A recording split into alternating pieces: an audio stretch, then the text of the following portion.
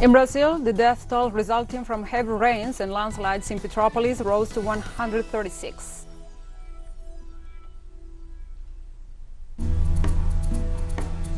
Venezuela's Defense Minister Vladimir Padrino Lopez held a telephone conversation with his Argentine counterpart Jorge Diana concerning an exchange of information on the invasion plan designed by the government of former President Mauricio Macri.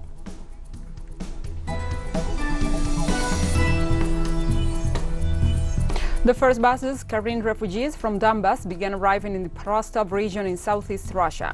The accommodations are set to receive 10,000 refugees.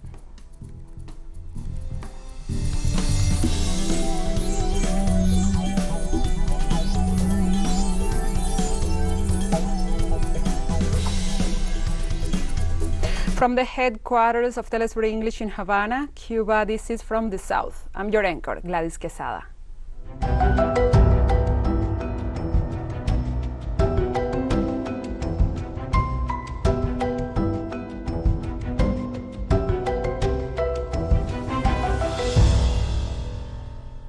Now we begin with the news. In Brazil, the death toll after the floods sparked by heavy rains in the city of Petrópolis rose to 136. The Brazilian Civil Defense reported that so far there are 136 casualties, while 24 people rescued alive, 849 were left homeless, and 2,213 are still missing. However, rescue teams are still working in the area and warned that the hopes of finding survivors are low. Authorities informed that during Thursday night it rained again and the situation could worsen. On that note, the responders asked the regional government to extend the public emergency decree on account of the risk of new landslides. 4 days after the tragedy, President Jair Bolsonaro flew over Petrópolis after returning from his tour in Europe. Last year, the president cut 75% of the budget for the prevention of disasters, such as this one caused by downpours.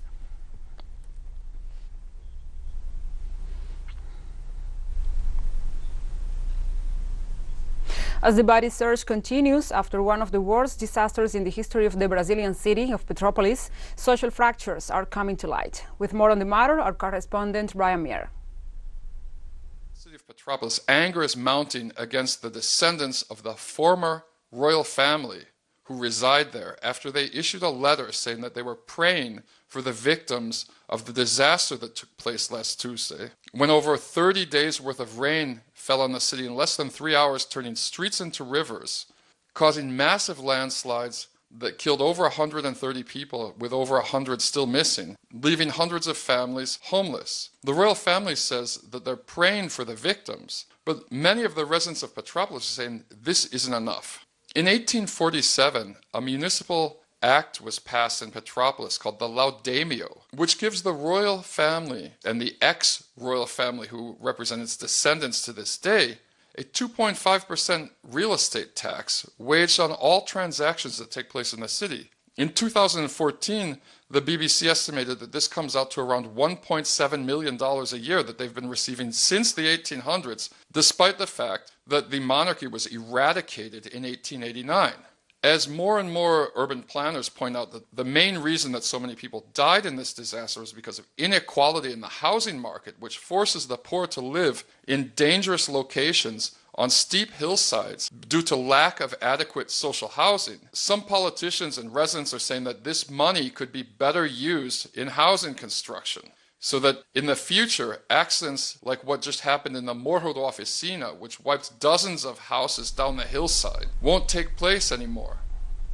Thank you, Brian, for this report. And now we continue to other topics. In Argentina, 5 provinces have active forest fires. Corrientes was declared a disaster area after the loss of more than 700,000 hectares.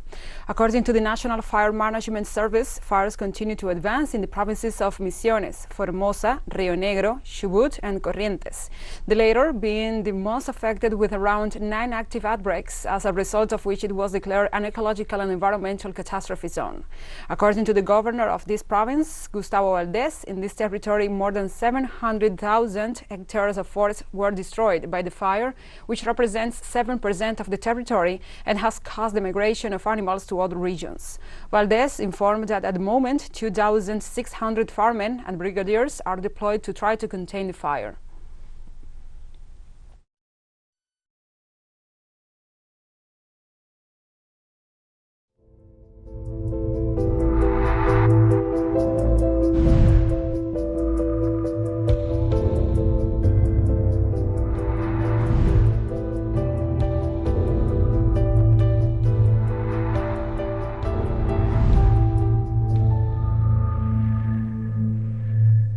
we move on to other topics. In the Dominican Republic, the vaccination process against COVID-19 for children began this week. Daisy Toussaint shares the details with us. In the Dominican Republic, the vaccination campaign for children from 5 to 11 years began on Monday. All throughout the 122 educational districts and the 18 regionals of the Ministry of Education.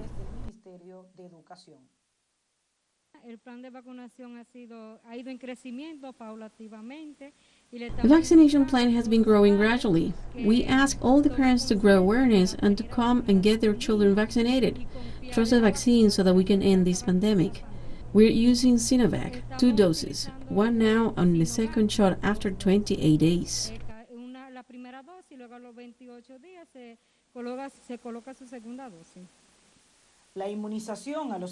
Immunization in the underage population is conducted with 0.5 milligrams of the Chinese-made Sinovac. The process is voluntary and depends on the authorization of the parents or legal guardians. My son is already 12 years old and he already got his shots. He's not here, he's in the United States. So if in other countries rules are being strictly followed, then why can't it be the same here? No one has died from following these rules. Throughout the campaign, which will last for 6 months, 1,236,644 children, always granted that parents or legal guardians express their consent. Statistics show over 28,000 infants have been vaccinated. Because that way there are less infections and the kids are very vulnerable. It's great that they get vaccinated. Some people disagree with the immunization process against the virus. That's an instrument the government is using to reduce the population, and I don't buy any of it. No, sir. People ought to place themselves in the hands of our Lord and Savior, Jesus H. Christ, and seek the Lord Almighty's help, because He's the only one that saves and heals, and His name is the Jesus. No government or vaccines gonna stop people from dying. But putting aside the debate, the President surprised the country by eliminating restrictive measures against COVID-19 on the one-year celebration of the National Vaccination Plan. I stand before you to tell you that from today on, all restrictive measures against COVID-19, like the use of face masks, are suspended. You no longer have to present a vaccination card to access certain places, and all restrictions pertinent to COVID-19 are lifted from public spaces. Today, it's time for everyone to take on their share of responsibility, each and every one of us as individuals. However, according to the World Health Organization, the suspension of these measures in several countries is not equivalent to the ending of the disease. In the Dominican Republic, care has been left to each and everyone's free will and whim. Para teleSUR, Daisy Toussaint, República Dominicana. Thank you, Daisy, and we'll take a short break now. Join us again after this.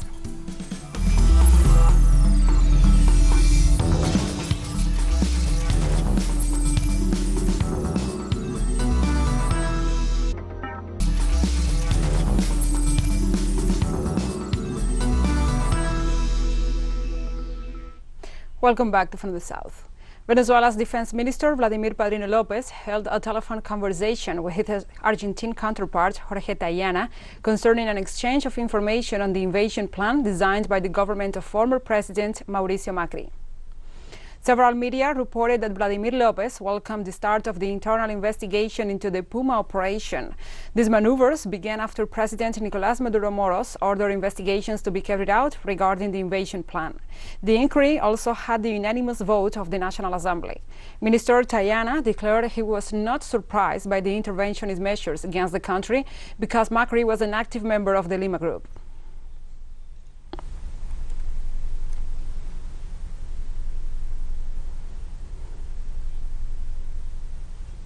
Venezuelan Defense Minister Vladimir Padrino Lopez, after holding talks with his Argentine counterpart, welcomed the request to investigate the interventionist military operation that the government of former President Mauricio Macri was allegedly carrying out against the Venezuelan territory. From the outset, the minister rejects any interference in the sovereignty of the peoples, in their self-determination. In particular, I thanked him for the request of our Commander-in-Chief Maduro to initiate an investigation. I thank him for initiating this investigation there in Argentina. I express my bewilderment if that were true, because it is not peculiar in any school of arms, nor in any Latin American armed force, to carry out exercises with overseas proportions, and much less with offensive proportions of aggression, of invasion against other peoples, against states in Latin America. And Chile's Constitutional Convention approved the first articles that will be part of the draft of the country's Bill of Rights. The body discussed 14 articles pertaining to the justice system section. 5 were approved entirely, while the other 5 have returned to the commission in charge of the judicial area to be assessed. The proposals that were endorsed fully include the articles on equality and gender perspective, lifting the charges, and collaborative mechanism for conflict resolution. The Chilean constituents have until July 4th to finalize the draft of the Constitution. The initiative must be approved in the plebiscite scheduled for the second half of 2022.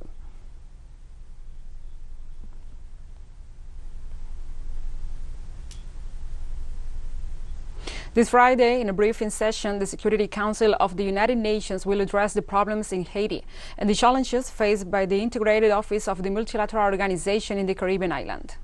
The purpose of the meeting is to review the main political, economic, humanitarian and security developments in the nation. Likewise, the Deputy Secretary General of the organization, Amina Mohamed, called on the international community to support the Haitian people, particularly in the southern part of the country hit by a 7.2 magnitude earthquake last August. Local authorities estimate that at least $2 billion are needed to boost the region and help the most vulnerable population.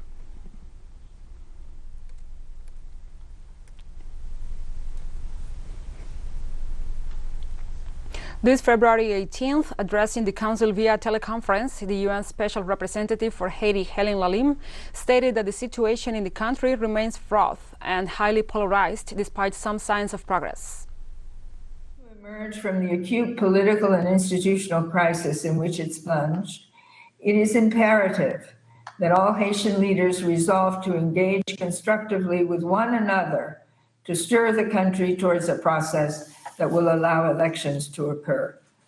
The international community must also continue to engage with the Haitian government and other stakeholders, not only to support efforts to create the necessary security and political conditions for the holding of national elections, but also to ensure that urgent structural reforms are undertaken to tackle gang violence, address impunity and corruption, strengthen the justice system, and transform the economy in a sustainable manner. Now is not the time to let Haiti fall off the agenda. And the World Food Programme funding decreased precipitously this year as Yemen sees millions suffer from starvation. The World Food Programme, the United Nations Food Aid Organization, says the big funding crunch is forcing it to cut rations to millions of hungry people in Yemen. The director of the Middle East and North African region, Corinne Fleischer, declared that the program lacks $806 million over the next 6 months to feed 13 million people in war-ravaged Yemen. In an interview this Friday, he said that donor money is drying up despite Yemen going through what the United Nations called the world's worst humanitarian crisis. So we protect the money for 5 million people that are on the brink of famine. And the 8 other million people, we only give them half of what they would need now. So basically, we take the food from the hungry to feed those who are at risk of starvation. You know, we can't afford another conflict. Conflict is a main driver of food insecurity, main driver of hunger. And so we need to solve, the world needs to solve these issues before it leads to a conflict. And so we need to solve issues. And we have more news coming up after a final short break, so stay with us.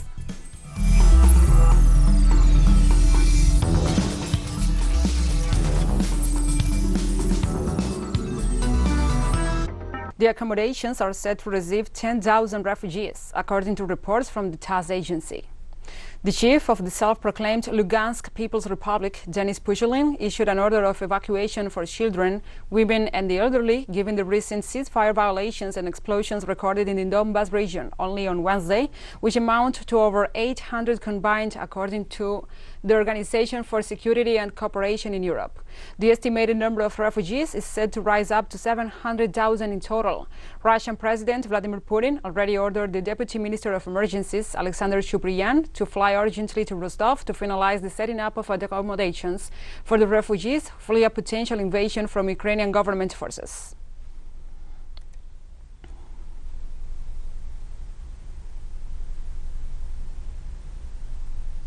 The authorities of the Luhansk People's Republic denounced the arrival of special operations groups of the armed forces in Ukraine on the demarcation zone of the Donbass region. According to intelligence sources in Luhansk, the Ukrainian troops will be reconnoitering the terrain where they will allegedly seek to break through the defenses of the entity and Donetsk militias. Amidst the challenge initiated by Kiev on the so-called contact line, Western authorities and media insist on blaming Russia for maintaining alleged intentions to invade Ukraine. Meanwhile, authorities in Lugansk and Donetsk are issuing warning of a possible large-scale attack by Kiev.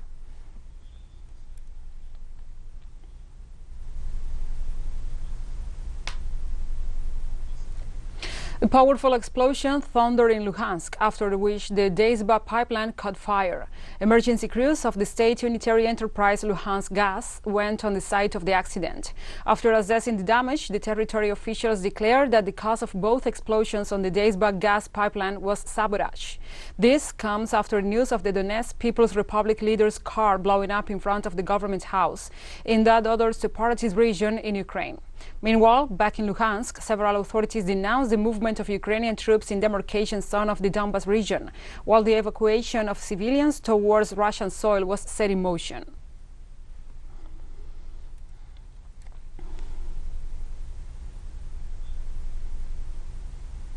In Moscow, Russian President Vladimir Putin met Belarusian counterpart Alexander Lukashenko on Friday to discuss the ongoing joint drills in Belarus that border Ukraine to the north. The massive exercise involving Russian forces moved from the Far East to the changed location from the Far East of the country, as it fueled Western fears that Moscow and Minsk could use the position to shortcut their way into the Ukrainian capital. During today's talks, we have obviously discussed in detail the matter of strengthening the shared defensive perimeter of Russia and Belarus. We agreed to keep taking all the necessary measures collectively to grant security for the two countries in light of the growing military activity by the NATO members on the borders of our allied state. In that context, we collectively gave a high evaluation to the Allied Resolve 2022 joint drills, which will remain in the active phase in Belarus until February 22nd. I must note that these drills are of defensive nature exclusively and threaten nobody.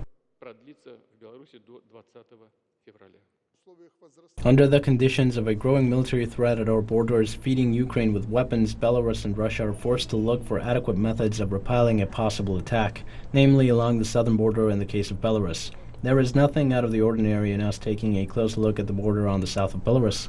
It's almost 1,500 kilometers long. To protect ourselves, we are looking for the spots best fit to set up our defense. And we have come to the end of this news brief. But remember, you can find this and many other stories on our website at telesurenglish.net. And also, if you feel so inclined, please join us on social media for all the latest news. We are on Facebook, Twitter, Instagram and Telegram. For Telesur English, I'm Gladys Quesada. Thank you for watching.